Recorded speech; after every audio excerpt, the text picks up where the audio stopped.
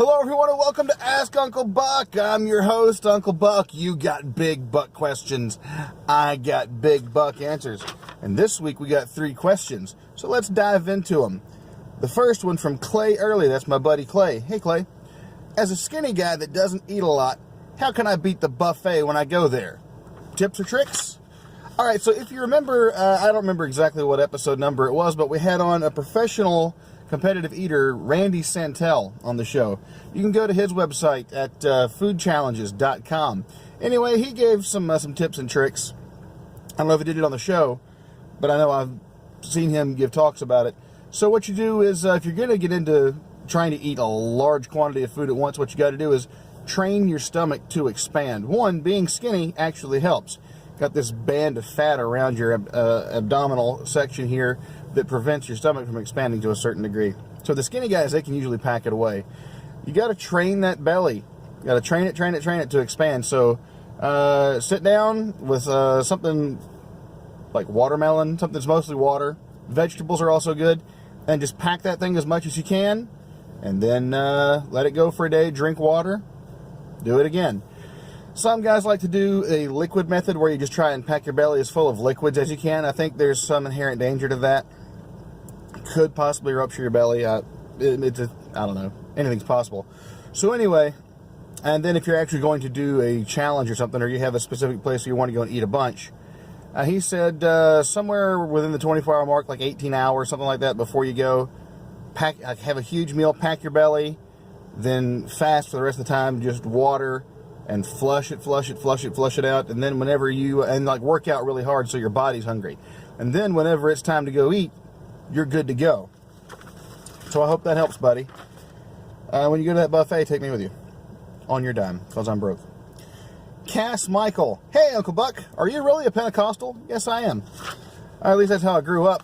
I don't know exactly how I would describe my particular version of Christianity. I mean, it is Christianity. I suppose you'd call it Orthodox or whatever. I believe that there is a God. I believe that Jesus is the Son of God. I know there's a lot of atheists out there that watch the show. Sorry to disappoint you. Yes, I am a Christian. But I'm also pretty naturalistic about it. Or maybe you should say black-pilled.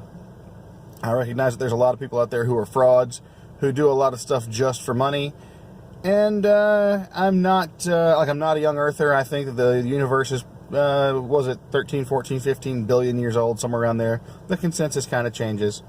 If you want to know my stance on evolution, I'm kind of agnostic towards it. I lean more towards we were created. I definitely don't believe in abiogenesis. I think that's a load of hockey. But could we have been created as a single cell organism and then evolved from that? I don't know, and I don't care. Doesn't hurt me either way. So we'll just leave that one there. We'll cash that out. Raph Eduardo asked me, why are oranges different sizes? This is the one I want to talk about. Thanks, Raph, for the question. You see, oranges come in different sizes because there are different breeds. And there's also different growers, right? A lot of different growers have their own brand, so to speak, or their own breed. It's called engineering, genetic engineering. See, I have a problem with these people who are weirded out by genetically modified organisms, or GMOs, as they're called, because I think they're actually a good thing. You see, a couple hundred years ago, oranges probably didn't look just like this. They were probably about half the size. They were probably bitter. I don't know, I'm making that part up. I do know that apples were different about 100 years ago. And to find an apple that looks the way it did 100 years ago, pretty tricky right now. So why is it a good thing that we have apples that are bigger and more resistant to aging, more resistant to pests? Well, I mean, those things are pretty self-explanatory. And we didn't necessarily do this in a laboratory. We did this by selective breeding. We did this by all sorts of stuff. And you know what? They're good things. We have all different breeds of dogs and cats because of selective breeding.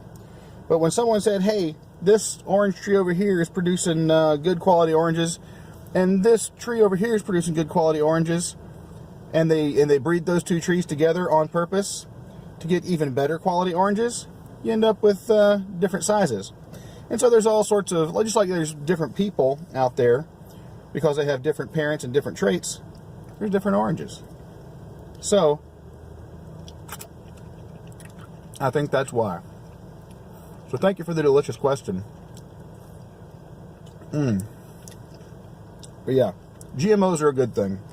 And anyone who tells you that GMOs are a bad thing is trying to sell you something. Or control you somehow. They're seeds.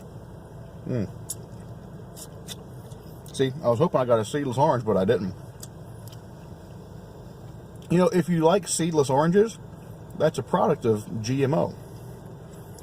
Also, do you know that if you plant that seed, that particular seed I just spit out because I bit it, so it's not going to grow ever. But if you were to take the seed out of this and plant the seed and it grew into a tree, that tree probably wouldn't produce oranges. You know why? Because then the quality of the fruit might decline in subsequent generations. You don't want that. So they control what you can do with the seeds. But you can also buy seeds that you can plant and get oranges. Those are called heirloom seeds. And there's nothing wrong with that. So, again, Raph, buddy, good question. So, this has been Ask Uncle Buck. I've been your host, Uncle Buck. Catch you guys next time. Bye-bye.